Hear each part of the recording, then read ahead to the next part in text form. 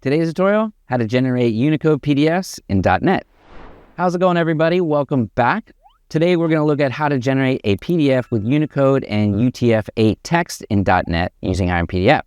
This covers Arabic, mixed scripts, right-to-left text, and international currency symbols, all rendered correctly in a single PDF. So first thing we want to do is look at the NuGet Package Manager. Under the Install tab, you can see IronPDF by IronPDF Development Team, and the version is 2026.7.2.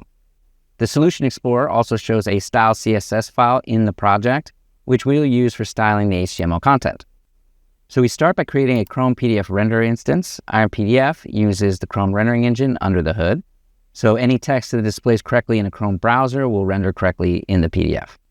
We then set input encoding to UTF-8 on the rendering options, and this tells the engine how to read the bytes coming from the HTML string, which is the foundation of a correct multilingual output. Here, we resolve the project root directory and read the contents of style.css into a string. We'll inject this CSS directly into the HTML so the renderer has full access to all the styles. This includes the right-to-left layout rules for Arabic sections, for example. The HTML document starts with the UTF-8 character set declaration in the meta tag, which ensures the engine and the document agree on the encoding. We also load the Noto Sans Arabic web font from Google Fonts. This is important because correct encoding alone is really not enough, right? If the font does not contain the glyphs that you need for a script, you'll still get empty boxes. The Noto Sans Arabic font ensures Arabic characters render with correct shapes. The body contains both English and Arabic content side by side. The English heading and customer name appear first, followed by the Arabic translation using the RTL class for right-to-left layout. The table contains bilingual column headers and rows, mixing English and Arabic text. Price column includes euro, pound, and yen, all of which are standard Unicode characters and render correctly with the UTF-8 encoding. We then pass the HTML string to render HTML as PDF, which processes it through the Chrome engine and returns a PDF document object that we then save to disk using save as, and then print a confirmation message to the console. So let's go ahead and run the program and wait for it to complete.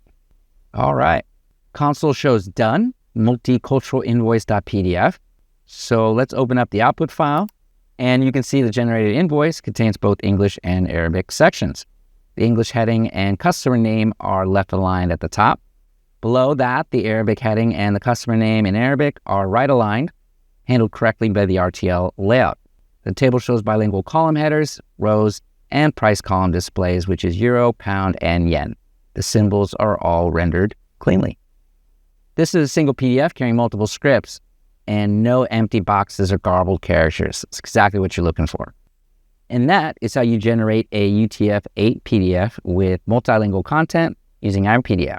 Set the input encoding, declare the character set in your HTML, load a font that supports your target scripts, and the renderer handles the rest. If you're interested, you can find the full IronPDF documentation on our website, ironsoftware.com.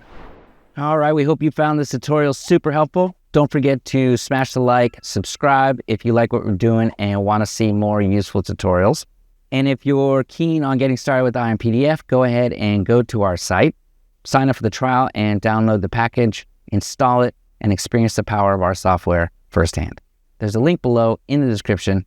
Check it out for yourself.